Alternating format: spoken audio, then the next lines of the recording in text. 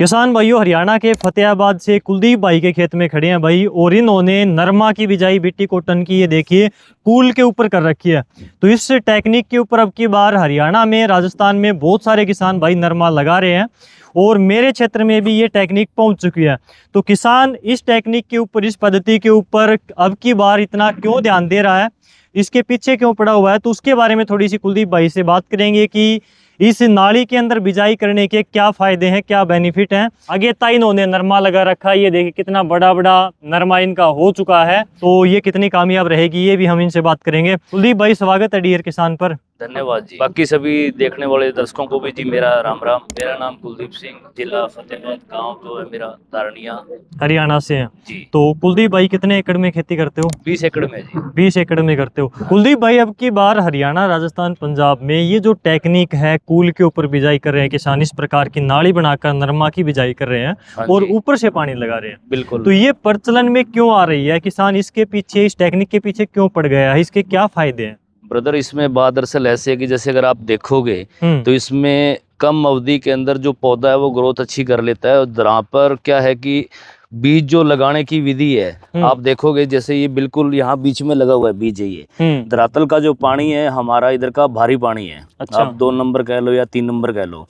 उसमें क्या है कि इसमें पानी जैसे ज्यादा देंगे आप तो हल्का पानी होने की वजह से जो लूणी है वो ऊपर आ जाता है, नमक जिसको बोलते हैं अपन, सोडियम की जो मात्रा है, उस वजह से क्या है कि अगर पौधा थोड़ा सा ज्यादा ऊपर रखेंगे आप तो यहाँ से क्या है कि पौधे की जो ग्रोथ है वो भी अब नॉर्मल सी हो जाती है, इनकी प्रॉपर ग्रोथ नहीं कर पाता।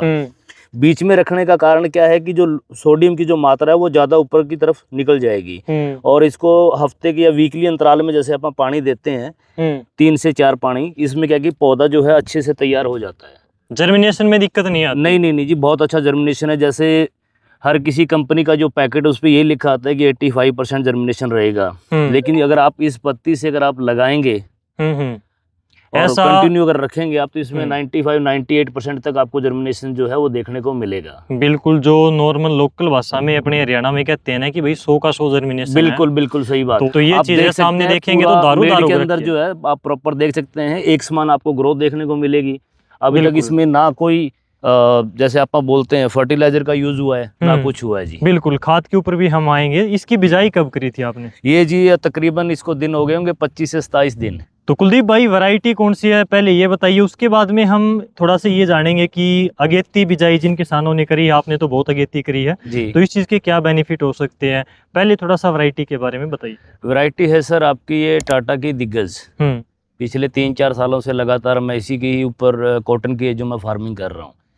बेनिफिट सर इसके ये हैं इस वैरायटी के, अगर अपन जैसे बात करते हैं सिलेक्शन की, तो सर इसमें ये बेनिफिट है कि आपको फर्स्ट जो 2 अटेम्प्ट होते हैं स्टार्टिंग के, चुगाई, उसी में चुगाई आप जिसको बोल सकते हो, उसमें आपको 80-90% तक जो है सर उसका निचोड़ आ जाता है, चुगाई हो जाती है। चुगाई हो जाती है इस चीज की। पत्ते छोटे होते हैं, टिन्नों का जो साइज है वो मीडियम भी कह सकते हो आप। मेन तो कुलदीप भाई ये है कि गुलाबी सुंडी का अगर हम देखें, किसान बहुत ज्यादा डरा हुआ है अगेती सर बिजाई करने का बेनिफिट यही है कि जो जैसे पिंक वॉर्म आती है, बीमारी आती है, मरोड़िया कह लो या कुछ कह लो इन चीजों में, ठीक है जी। तो वही चीज है जी, इस चक्कर में अगर आप जल्दी स्टार्टिंग जैसे करते हैं खेती की इसके अंदर, जैसे ये मैंने अप्रैल 12 या 13 तारीख को कल्टीवेशन मैंने किया था ये, ठीक है जी। तो जब बीमारी का, पिंक वॉर्म का अटैक या और बीमारियां जैसे मरोड़ा वगैरह, अगर वो चीजें आएंगी तो वो आने से पहले क्या है कि मेरी जो फसल है 60-70% जो है वो तैयार हो चुकी होगी।